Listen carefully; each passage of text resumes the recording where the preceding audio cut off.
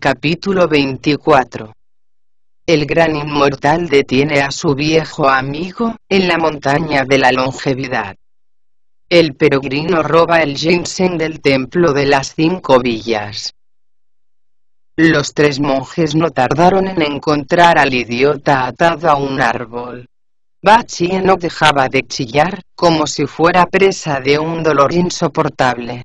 El peregrino se acercó a él, y exclamó soltando la carcajada: «Mi querido yerno, con lo tarde que es, y todavía no has vuelto a comunicar a tu maestro la nueva de tu matrimonio. ¿Cómo es además que no has dado las gracias a tus antepasados? Cuesta trabajo creer que estés aquí divirtiéndote, ajeno a las ceremonias y ritos. ¿Dónde se han metido tu suegra y tu esposa? Es inconcebible encontrar al novio atado y apaleado». El idiota se sentía tan avergonzado, que apretó con fuerza los dientes para no dejar escapar ningún lamento más. El bonzo Sha, por su parte, no pudo resistir verlo de aquella manera, y dejando el equipaje en el suelo, corrió a desatarle. En cuanto se hubo sentido libre, el idiota se echó rostro en tierra y comenzó a golpear frenéticamente el suelo con la frente. La vergüenza le corroía el alma. Sobre él tenemos un poema tsu, que se acompaña con la música del Xinjiang Yue, y que dice: «La pasión carnal es un arma peligrosa. Quien vive por entero dedicado a ella, termina presa de su acero». Todas las doncellas, a pesar de lo tierno de su edad, son más peligrosas que un yaksa. Más adelante se afirma: «Solo disponemos de una suma importante, y nadie puede añadir más ganancia a su bolsa. Es preciso guardar con cuidado tan preciado capital, y no malgastarlo jamás». Bachie cogió un poco de tierra, lo esparció como si fuera incienso, y se inclinó después ante el cielo. «¿Cómo es posible que no reconocieras a las bodhisattvas?», le preguntó el peregrino. «Estaba ciego», reconoció Bachie. «¿Cómo iba a reconocer a nadie?». El peregrino le entregó la tira de papel, y él bajó la vista avergonzado. «No te puedes quejar de tu suerte», dijo el bonzo Sha para animarle. «Eres tan apuesto, que nada menos que 4 bodhisattvas querían casarse contigo». «No me vuelvas a hablar de eso, por favor», le suplicó Bachie. «De ahora en adelante prometo no volver a tocar esos temas. Cargaré con el equipaje del maestro sin rechistar, aunque su peso me parta el espinazo antes de llegar al oeste». «Me alegra oírte hablar con esa cordura», afirmó Tripitaka. El peregrino tiró entonces de las riendas, y condujo al maestro al camino principal. Tras varias horas de viaje se toparon con una montaña extremadamente alta. Tripitaka se sintió tan impresionado al verla, que al punto tiró de las riendas y dijo: «A partir de ahora debemos andar con mucho cuidado, ya que lo más seguro es que tras esos riscos se escondan monstruos empeñados en buscarnos la ruina». «¿A qué tenéis miedo?», le increpó el peregrino. «Vuestros 3 discípulos están dispuestos a sacrificar su vida por defender la vuestra». Esas palabras calmaron un tanto la ansiedad del monje Tan, que pudo abandonarse a la contemplación de la belleza de la montaña que tenía ante sí. La rugosidad de sus laderas era impresionante. No en balde poseía las mismas raíces que la cordillera Kunlun, y sus cumbres llegaban hasta el mismísimo cielo. Garzas blancas a menudo venían a posarse en sus enebros, mientras monos de pelajes negruzcos se columpiaban tranquilamente en sus parras. Cuando el sol iluminaba los impenetrables bosques que la cubrían, se veía elevarse sobre ellos volutas de niebla rojiza. A veces era el viento al soplar encajonado por los acantilados, el que arrancaba de las profundidades retazos de nubes rosáceas. Extraños pájaros cantaban a sus anchas entre el verdor de los bambúes, mientras los faisanes se perseguían con indescriptible alboroto, entre los espontáneos canteros de las flores silvestres. Desde la posición en la que se encontraba el maestro, era posible ver las siluetas impactantes del Pico de los 1000 Años, de la Cumbre de las 5 Bendiciones, del Alto del Hibisco, de la Roca sin Edad, del Risco de los Dientes de Tigre, y del Peñasco de los 3 Cielos, de los que fluye sin cesar el viento sagrado. Más allá de los acantilados, se apreciaban la fragilidad de la hierba nueva, la fragancia de los ciruelos, la pálida pureza de las orquídeas, y las punzantes espinas de las rosas silvestres. En el corazón del bosque, el fénix reunía a millares de aves. Mientras en la oscuridad de una inmensa caverna, el unicornio hacía otro tanto con los monstruos y bestias. El torrente, con su curso irregular, parecía volver la cabeza hacia el lugar del que procedía. Las cumbres formaban una especie de circo que se repetía constantemente más allá de lo que la vista abarcaba. Por doquier la vegetación se mostraba exuberante. Frondosos eran en verdad los árboles huay, los bambúes, los pinos, los blancuzcos perales, los rojizos melocotoneros, y los verdosos sauces. Todos parecían rivalizar entre sí con sus tonalidades de triple primavera. A lo lejos se escuchaban el canto de los dragones, el rugido de los tigres, los graznidos de las garzas, los gritos de los simios, los berridos de los ciervos al desplazarse por entre los macizos de flores, y los cantos de los fénix al mirar de frente el sol. Sin duda alguna, aquella era una montaña sagrada, una tierra de bendiciones, un lugar escogido trasunto de Penlay. A donde quiera que se dirigiera la vista, se veían plantas en flor, y bandadas de nubes escalando pacientemente las cumbres. Impresionado ante tanta belleza, Tripitaka dijo a sus discípulos: muchas han sido las regiones por las que he pasado desde que inicié mi viaje hacia el oeste. Pero puedo aseguraros que ninguna de ellas poseía una belleza tan extraordinaria como la que ahora estamos contemplando. Eso me hace suponer que no andamos muy lejos del Templo del Trueno, en cuyo caso deberíamos prepararnos para encontrarnos con el ser más respetable del mundo. Es demasiado pronto para eso, afirmó el peregrino soltando la carcajada. Aún nos queda muchísimo camino.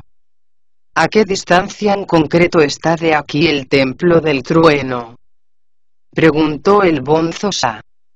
A 8000 millas, de las cuales no hemos cubierto ni siquiera la 10ª parte, contestó el peregrino. Si lo que dices es verdad, ¿cuántos años calculas que nos llevará a llegar al final de nuestro viaje?, preguntó a su vez Bachie. Si habláramos de vosotros dos, respondió el peregrino, no tardaríais más de 10 días.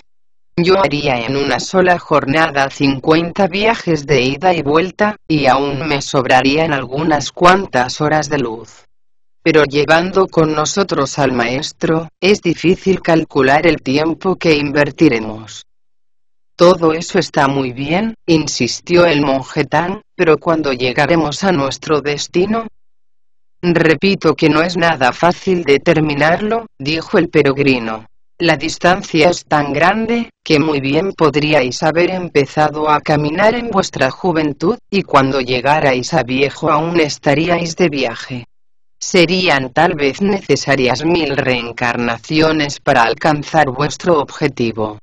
Pero cuando por vuestra propia fuerza de voluntad, seáis capaz de percibir la naturaleza búdica en todo cuanto existe, y vuestros pensamientos se retrotraigan a la fuente misma de vuestra memoria, entonces, y no antes, llegaréis a la montaña del espíritu. De todas formas, se atrevió a decir el Bonzo Sha, aunque esta no sea la región del Templo del Trueno, por fuerza tiene que ser la morada de algún hombre santo. De lo contrario, no se explica tanta belleza. Así es, admitió el peregrino. Ni a duendes ni a demonios les estaría permitido habitar en un lugar como este. Si no me equivoco, aquí reside un inmortal o un monje realmente virtuoso. En todo caso, gocemos cuanto podamos de su belleza.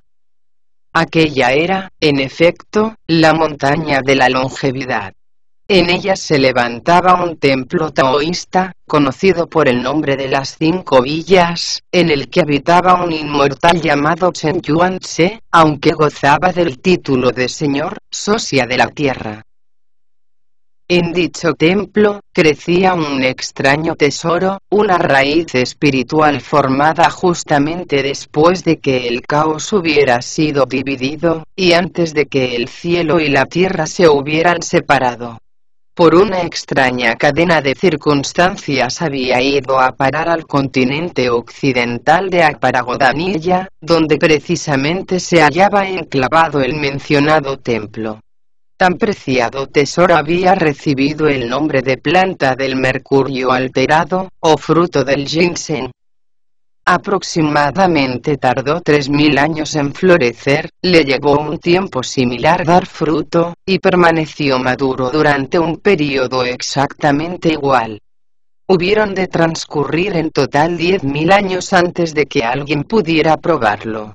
Así se explica que solo existieran 30 de esos frutos.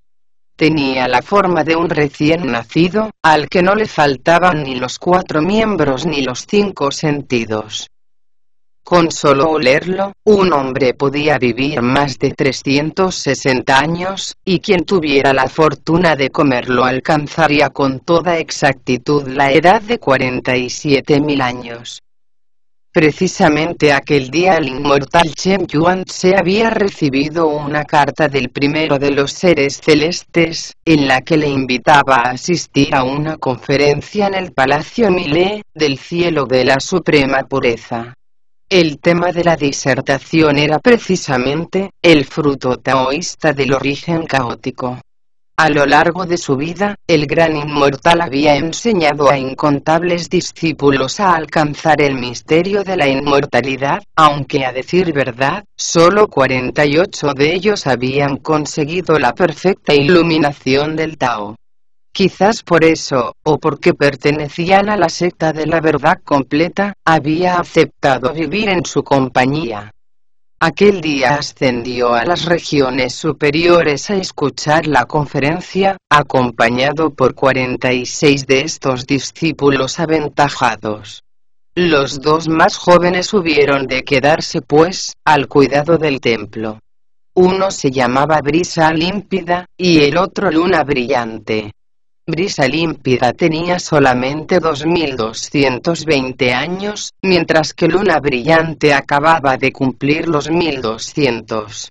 Antes de partir, Chen Yuan-tse convocó a los 2 jóvenes y les dijo: «No puedo rechazar la invitación del primero de los seres celestes. Aunque no quiera, debo asistir a la conferencia que va a celebrarse en el Palacio Milé. Vosotros quedaos aquí y tened bien abiertos los ojos, ya que espero la visita de un viejo amigo.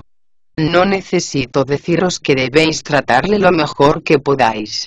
Tanto, que os doy permiso para que arranquéis 2 frutos de ginseng y se los ofrezcáis en recuerdo de nuestra pasada amistad». «¿Podéis decirnos quién es ese amigo vuestro?», preguntó uno de los jóvenes. «Sabiéndolo de antemano, podremos tratarle con mayor herencia. Es un monje muy virtuoso procedente del gran imperio de los Tang, en las tierras del este», explicó el inmortal. «Se llama Tripitaka, y se dirige al paraíso occidental en busca de las escrituras de Buda». «Según Confucio», replicó uno de los jóvenes, «no es aconsejable mantener contactos con quienes siguen un camino distinto al nuestro. ¿Para qué relacionarnos con un monje budista, cuando nosotros pertenecemos al misterio de la gran mónada? Has de saber, contestó el gran inmortal, que ese monje no es otro que la reencarnación de la cigarra de oro, segundo discípulo de Tathagata, el anciano sabio del oeste. Entablé relación con él hace aproximadamente 500 años, en la fiesta de Luyambana. En aquella ocasión varios seguidores de Buda me presentaron sus respetos, y él tuvo la delicadeza de servirme el té con sus propias manos. Desde entonces no he dejado de tenerle por un amigo auténtico. Tras esa explicación, los dos jóvenes inmortales no pusieron más reparos a los deseos de su maestro, que les recalcó a la hora de marcharse: no olvidéis que esos frutos están contados. Podéis ofrecerle 2, ninguno más. La última vez que abrimos el jardín, comentó Brisa límpida, comimos 2 de esos frutos, así que deben de quedar unos 28. Estad tranquilos. No cogeremos ni uno más de los que habéis dicho. Me temo, de todas formas, les advirtió el gran inmortal, que los discípulos de Tripitaka son un poco maleducados. Sería conveniente, por tanto, que no se enteraran de la existencia de estos frutos. Tras repetir sus recomendaciones, el gran inmortal subió a las regiones superiores, seguido del resto de sus discípulos. Mientras esto sucedía, el monje Tang y sus 3 discípulos habían iniciado ya la ascensión de la montaña. Jadeantes, levantaron la cabeza y vieron un grupo de altas construcciones que se confundían con el verdor de los bambúes y los pinos. ¿Qué clase de lugar te parece que es aquel, Wu-kun?, preguntó el monje Tang. No es ni un templo taoísta ni un monasterio budista, contestó el peregrino después de larga meditación. Lleguémonos hasta él y descubramos algo más. No tardaron en llegar a la puerta, desde la que se veía un pequeño otero cubierto de pinos y un sendero festoneado de frescos y exuberantes bambúes. Las garzas blancas entraban y salían sin cesar de aquel recinto, mientras familias enteras de simios vagaban por doquier en busca de frutas. Justamente al otro lado de la puerta, había un estanque sobre el que árboles centenarios dejaban caer el peso de sus sombras alargadas. Las rocas que delimitaban su perímetro, aparecían totalmente cubiertas de líquenes y musgos, como si estuvieran empeñados en reducirlas a polvo con su frágil verdor.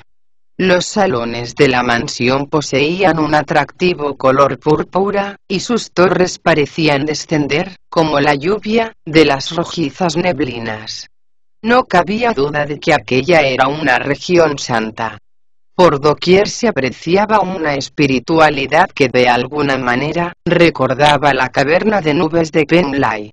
La tranquilidad y el silencio que allí reinaban, eran ideales para el entrenamiento de la mente en los difíciles caminos del Tao. A veces se tenía de hecho la impresión de que extraños pájaros azulados traían nuevas de Guanglu, y de que los fénix portaban en sus picos rollos escritos por el propio Lao Tse. La riqueza de aquel noble paisaje taoísta era tal, que la vista no se cansaba de recorrerlo una y otra vez. Sin lugar a dudas, aquella era una morada de auténticos inmortales. Al bajar del caballo, el monje Tang vio a su izquierda una enorme laja de piedra, sobre la que se había grabado la siguiente inscripción: la tierra sagrada de la montaña de la longevidad. Caverna celeste del templo de las 5 villas. Así que se trata de un centro taoísta, exclamó Tripitaka. A juzgar por el lugar en el que está enclavado, afirmó el Bonzo Sa, debe de estar habitado por personas realmente virtuosas. ¿Por qué no entramos a echar un vistazo? Si nos gusta, podemos detenernos aquí en nuestro viaje de vuelta, aunque a decir verdad, con la belleza de su paisaje es más que suficiente. Tienes razón, concedió el peregrino, y entraron en el interior. A ambos lados de la segunda puerta había un par de tiras de Año Nuevo, en las que podía leerse: Casa inmortal, en la que la juventud es la única dueña y señora. Esta mansión posee la misma edad que los cielos. Con el fin de impresionar a la gente, estos taoístas son capaces de decir cualquier cosa, dijo riendo el peregrino. Menuda forma de hablar. Cuando hace aproximadamente 500 años sumí el Palacio Celeste en una total confusión, no encontré tan grandilocuentes palabras ni siquiera en la puerta de Lao Tse. ¿Eso qué importa?, exclamó Bachie. Ahora lo que tenemos que hacer es entrar cuanto antes. ¿Quién sabe? A lo mejor estos taoístas tienen guardado ahí dentro algo realmente valioso.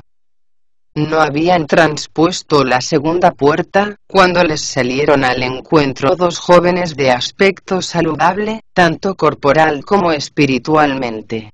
En la cabeza lucían unos extraños copetes de pelo, y las túnicas que vestían eran tan amplias que parecían estar envueltos, en realidad, en neblinas. Poseían la ligereza de las plumas. Sus amplias mangas recordaban de alguna forma el vuelo de ciertas aves. Por si eso no bastara, sus fajas aparecían adornadas con cabezas de dragones.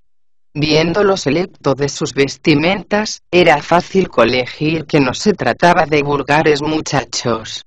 Eran, en efecto, dos mancebos divinos que respondían a los nombres de Brisa límpida y Luna brillante.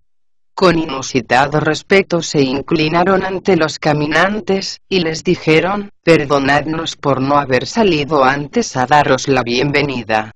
Sentaos, por favor». El maestro siguió a los dos jóvenes hasta el salón principal, que estaba constituido por 5 grandes compartimentos orientados hacia el sur, y separados por grandes paneles cubiertos de relieves. En su parte superior eran totalmente traslúcidos, mientras que en la inferior eran tan sólidos como una roca. Los dos jóvenes descorrieron una sola de estas particiones, e hicieron entrar al monje Tang en el compartimiento del centro. De una de las paredes colgaba un larguísimo rollo, en el que habían sido bordados a 5 colores, los caracteres del cielo y la tierra.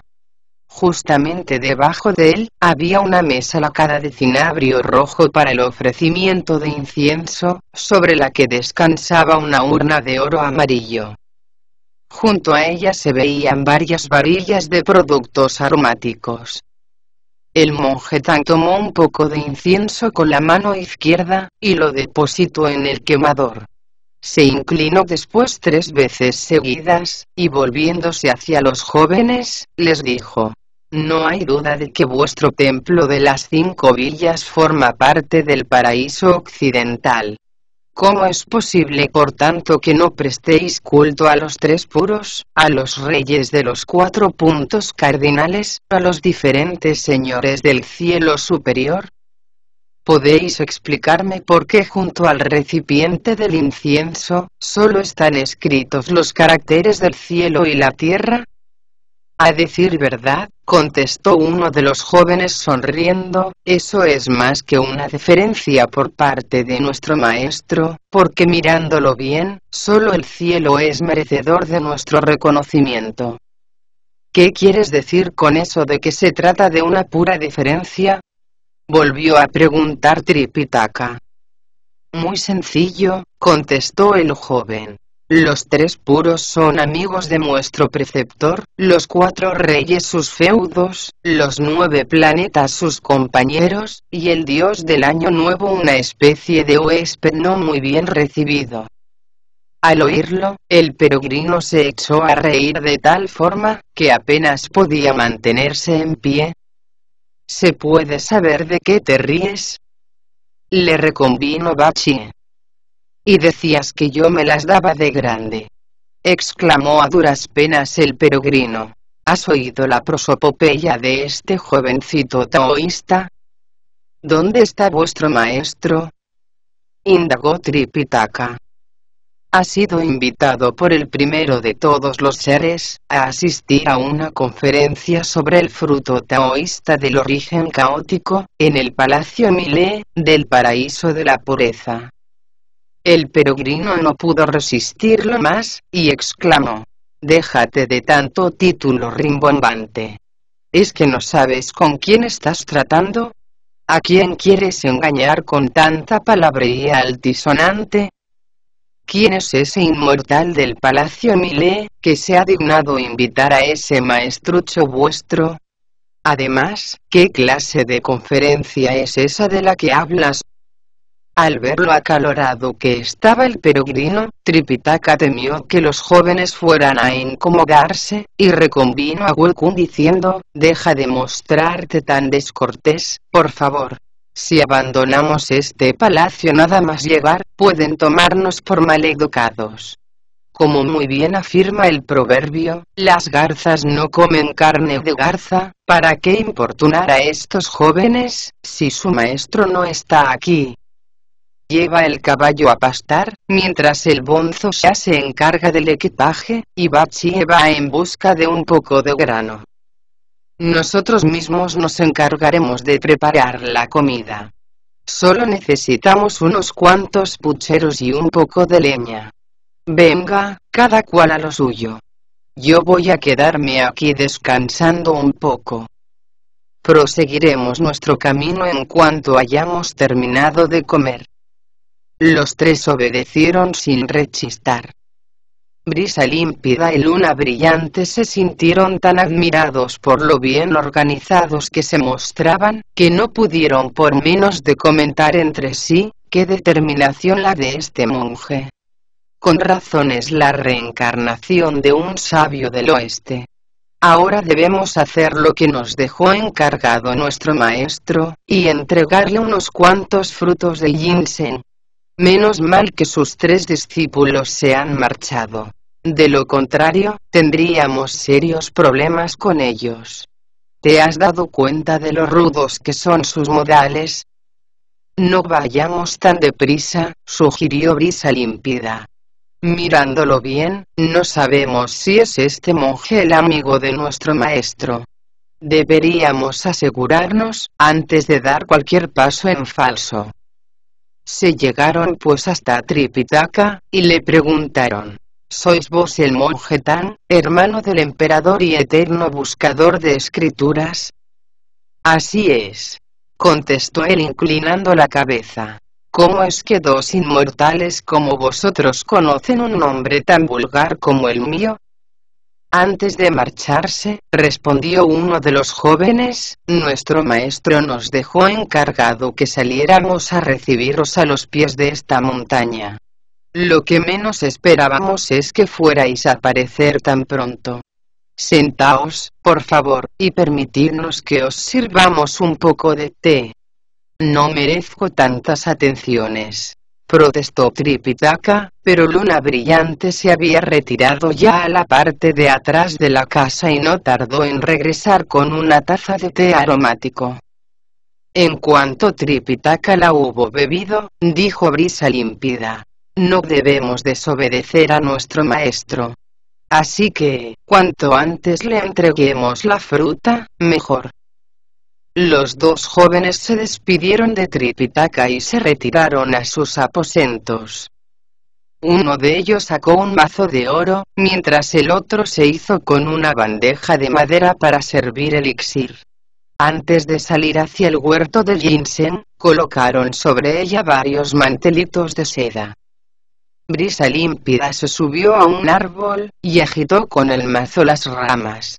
Luna Brillante estaba debajo con la bandeja, y logró hacerse con 2 de las frutas que cayeron. Satisfechos, regresaron al salón principal y se las ofrecieron a Tripitaka, diciendo: «El templo de las 5 villas se encuentra ubicado en un paraje agreste y de difícil acceso. No son muchas pues las cosas de que disponemos para festejar vuestra llegada, pero si queréis saciar vuestra sed, no hay cosa mejor que estas frutas que crecen en nuestro huerto». «Santo cielo», exclamó el monje echándose hacia atrás y temblando de pies a cabeza. ¿Cómo es posible que practiquéis el canibalismo en un lugar tan sagrado como este? Tan malos van las cosas por aquí, que lo único que tenéis para saciar mi sed son 2 niños de apenas 3 días de vida. Pobre monje, se dijo Brisa límpida. Lleva tanto tiempo en este mundo, que es incapaz de reconocer los preciados tesoros que aquí tenemos. Solo se sirve de los ojos mortales para ver, y de la mente corrupta para pensar. ¿Cómo es posible que haya caído tan bajo quien ocupó los puestos más altos del cielo? Comprendiendo su turbación, Luna Brillante se acercó a él y le explicó. Esto que veis aquí, maestro, no son niños, sino un fruto llamado ginseng. No hay nada de malo en que comáis por lo menos uno. No puedo hacerlo, exclamó enseguida Tripitaka. Solo el cielo conoce la cantidad de penalidades que han tenido que pasar sus padres para traer a la vida a estas criaturas. Es increíble que tratéis de convencerme de que son solo frutas, cuando bien a la vista está que son niños de no más de 3 días. Os doy mi palabra de que proceden de un árbol, afirmó Brisa límpida, solemne. Tonterías. Volvió a exclamar Tripitaka. ¿Cómo va la gente a crecer en los árboles? Llevaoslos de mi vista. No soporto los crímenes. Comprendiendo que no había manera de convencerle, los 2 jóvenes cogieron la bandeja y la llevaron a sus aposentos. Sabían que aquellos frutos eran tan especiales, que si no se comían enseguida, se volvían muy duros y no había manera de hincarles el diente. Se sentaron pues en las camas, y empezaron a dar buena cuenta de ellos. Desgraciadamente, sus aposentos colindaban con la cocina, de la que solo les separaba un muro muy fino, y podía oírse todo lo que hablaban. Bachie estaba preparando un poco de arroz y no pudo dejar de escuchar una conversación que llamó enseguida su atención, ya que giraba acerca de un enigmático mazo de oro y una extraña bandeja para el elixir. Fue así como se enteró de que el monje Tang había rechazado por ignorancia los frutos del ginseng, obligando a los 2 jóvenes a comérselos tranquilamente en sus aposentos. A Bachie se le hizo la boca agua, y se dijo esperanzado.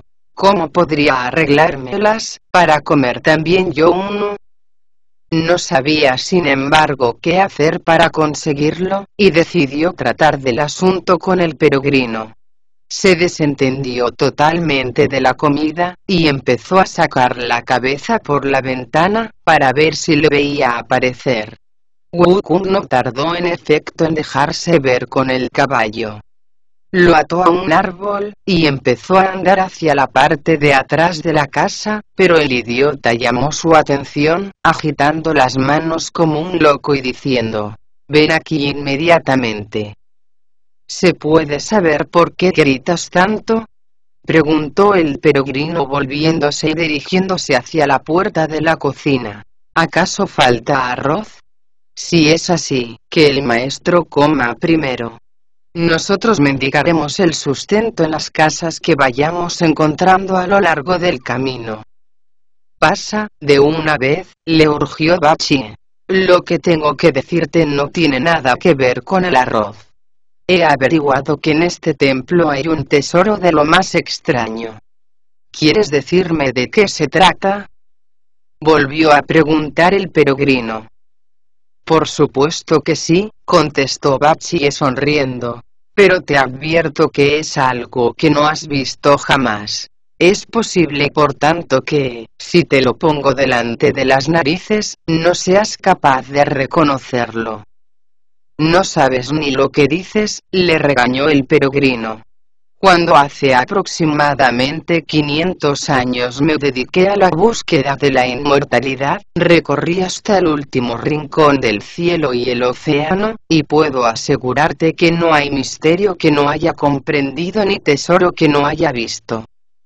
«Todo lo que tú quieras», replicó Bachie. ¿Pero a que no has visto nunca un fruto de ginseng? Me temo que no, reconoció el peregrino, desconcertado. Sin embargo, he oído decir que es la planta del azufre metamorfoseado y que quien la come ve prolongada considerablemente su vida. ¿Quieres decirme dónde puedo encontrar esa maravilla?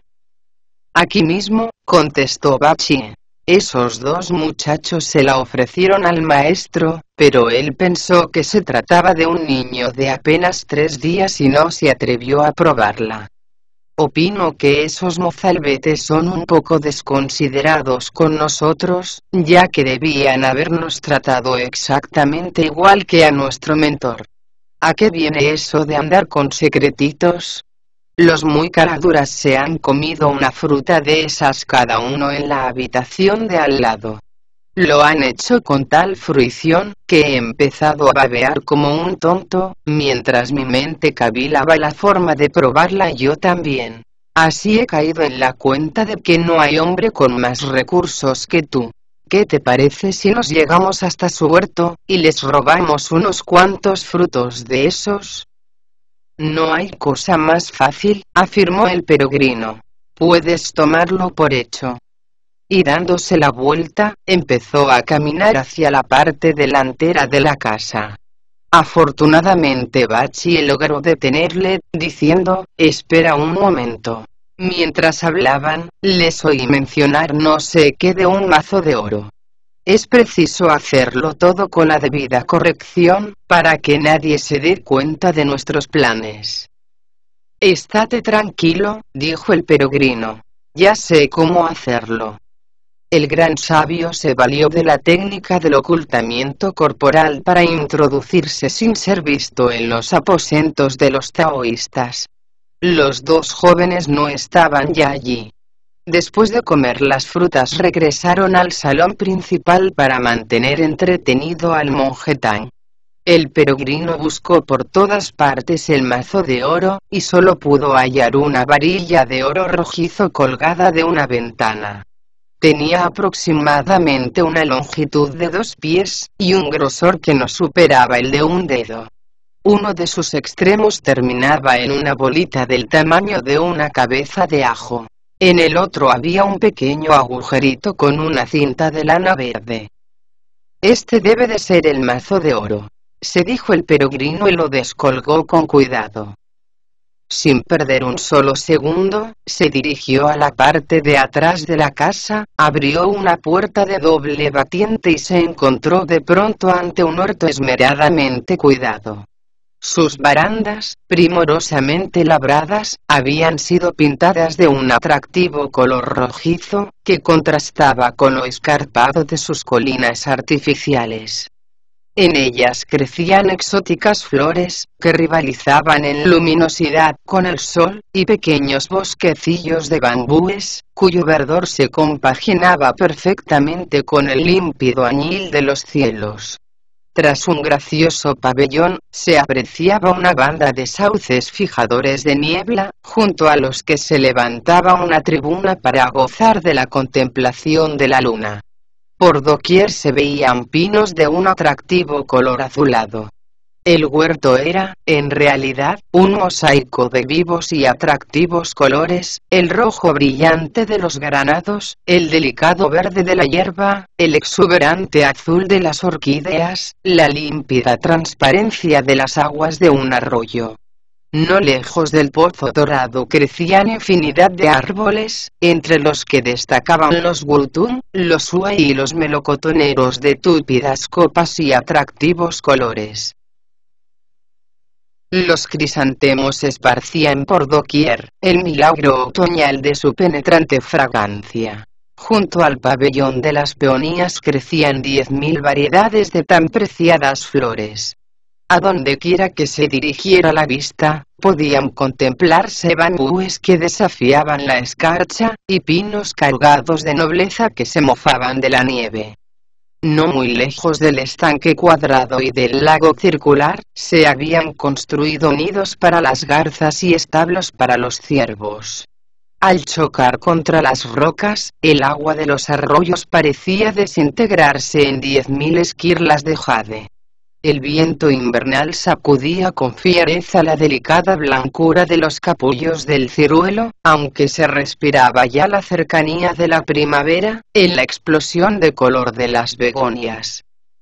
Aquel era en verdad un auténtico paraíso, en el que el oro surgía del suelo como si fuera una planta más. Resultaba imposible imaginar que hubiera un lugar más hermoso que aquel en todo el occidente. El peregrino se sintió inmediatamente atraído por el embrujo de su belleza, pero continuó caminando y pronto se encontró con otra puerta. La abrió de par en par, y se halló en un vergel en el que crecía toda clase de verduras, espinacas, apio, colas de caballo, remolacha, jengibre, brotes de bambú, melones, berros, cebollinos, ajo, culantro, puerros, cebolletas, tallos de apio, flores de loto, su amargo, calabaza, berenjenas, nabos blancos y verdes, espinacas rojas, repollos verdes, y mostaza. Se ve que este taoísta consume lo que produce, se dijo sonriendo el peregrino, y continuó su camino. Al otro extremo de este segundo huerto, había una nueva puerta. La abrió, y se encontró en un nuevo vergel, en cuyo centro crecía un árbol llamativamente alto. Sus ramas eran recias y bien proporcionadas, lo mismo que sus hojas, que de alguna manera recordaban las del yantén. Tanta perfección no dejaba de llamar la atención, ya que medía más de 1000 pies de alto, y 60 o 70 de grosor. El peregrino se apoyó en su tronco y, levantando la vista, vio un fruto de ginseng en una de las ramas que miraban hacia el sur. Parecía, en verdad, un niño recién nacido.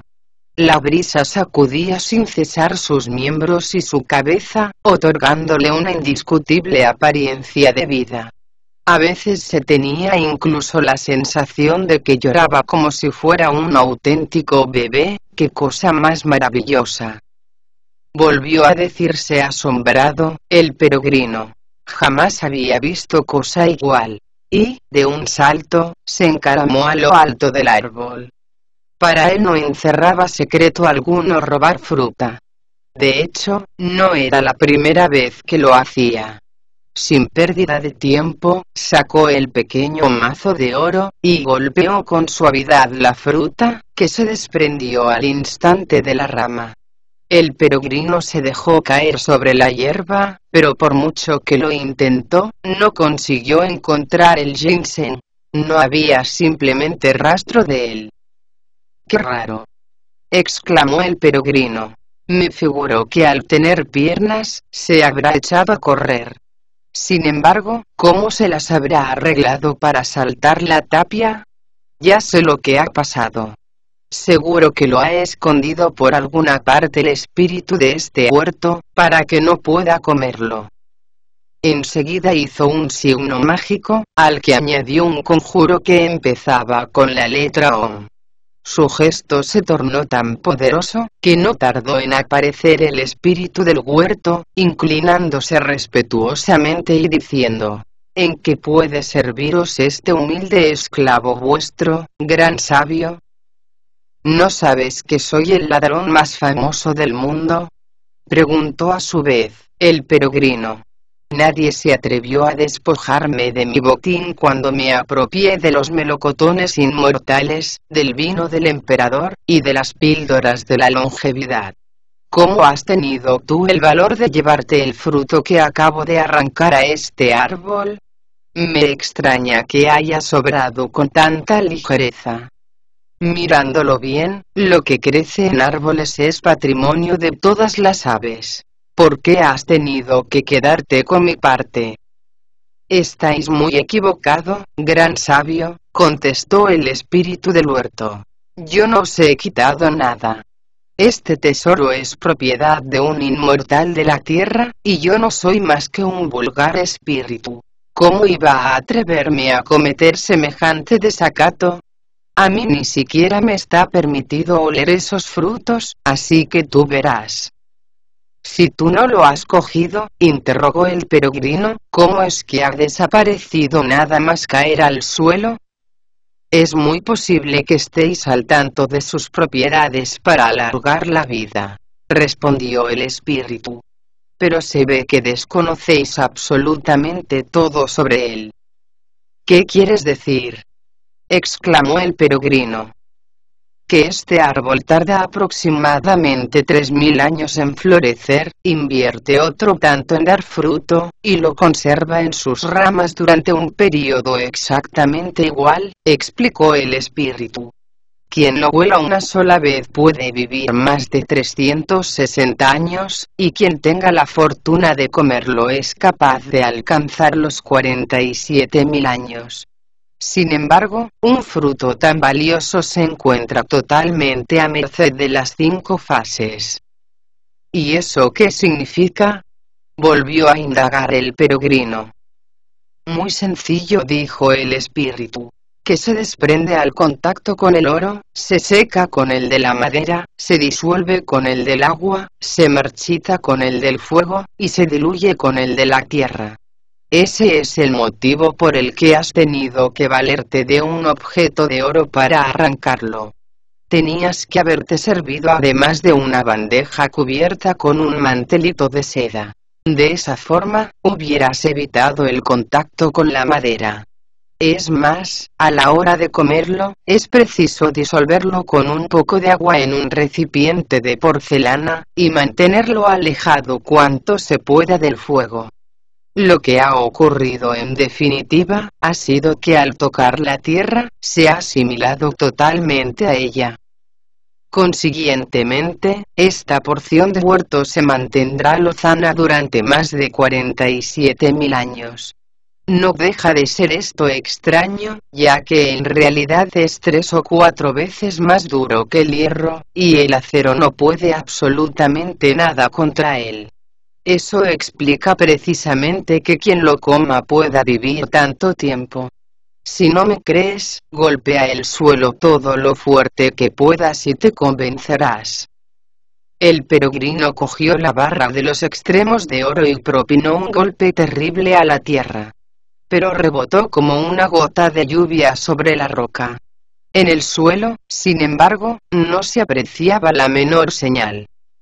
He de admitir que tienes razón, exclamó sorprendido el peregrino. Esta barra es capaz de hacer añicos una montaña entera, y de producir una marca profunda en el mismo hierro. Sin embargo, no ha dejado la menor señal en el suelo. Perdona por haberte echado la culpa sin motivo. Si quieres, puedes marcharte. Visiblemente complacido, el espíritu del huerto se inclinó y regresó a su morada oficial. El gran sabio volvió a subirse al árbol, hizo una especie de saco con su camisa de seda, y apartando cuidadosamente las hojas y las ramas, golpeó 3 frutos con el pequeño mazo de oro, que fueron a parar al fondo del tejido. Loco de contento, saltó otra vez a tierra y corrió hacia la cocina. ¿Los has traído?, le preguntó Bachie sonriendo. ¿Son estos los frutos de los que hablabas?, inquirió a su vez el peregrino.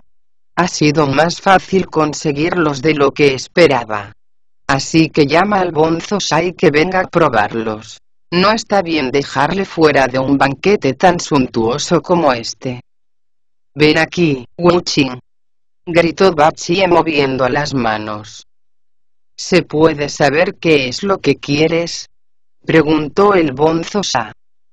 Mira esto, le dijo entonces el peregrino. ¿Sabes lo que es? Frutos de ginseng, respondió el Bonzosai sorprendido.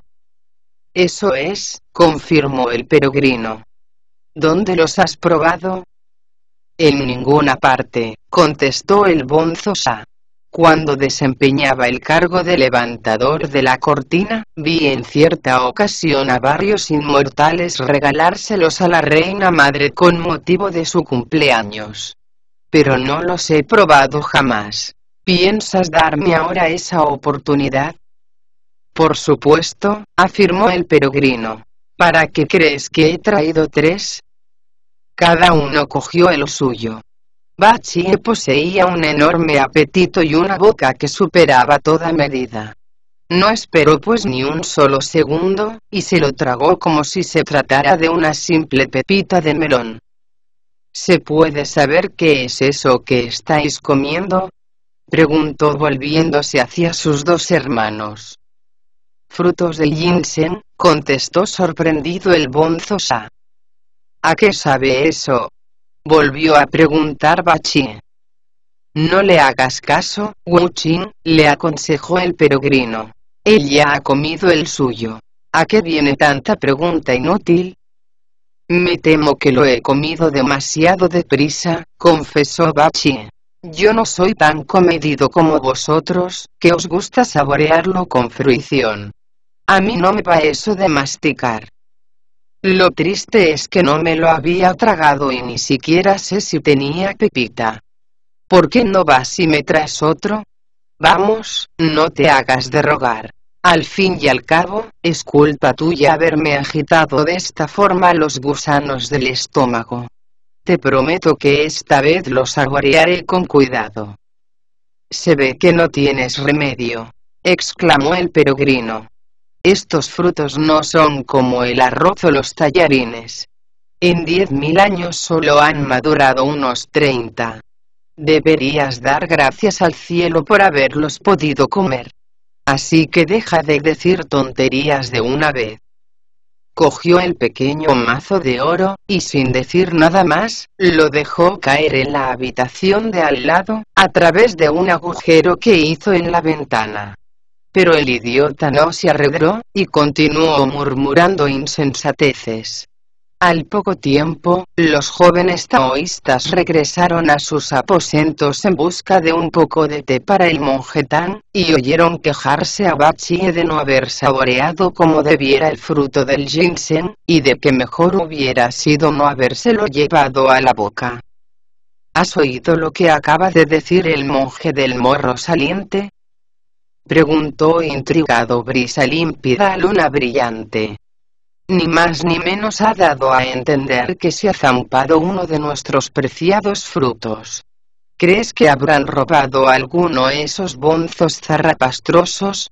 Con razón nos advirtió el maestro que tuviéramos cuidado con ellos. Todo esto me da muy mala espina, comentó Luna Brillante, dándose la vuelta. Para empezar, el mazo de oro está en el suelo. Creo que lo mejor que podemos hacer es ir al huerto a echar un vistazo.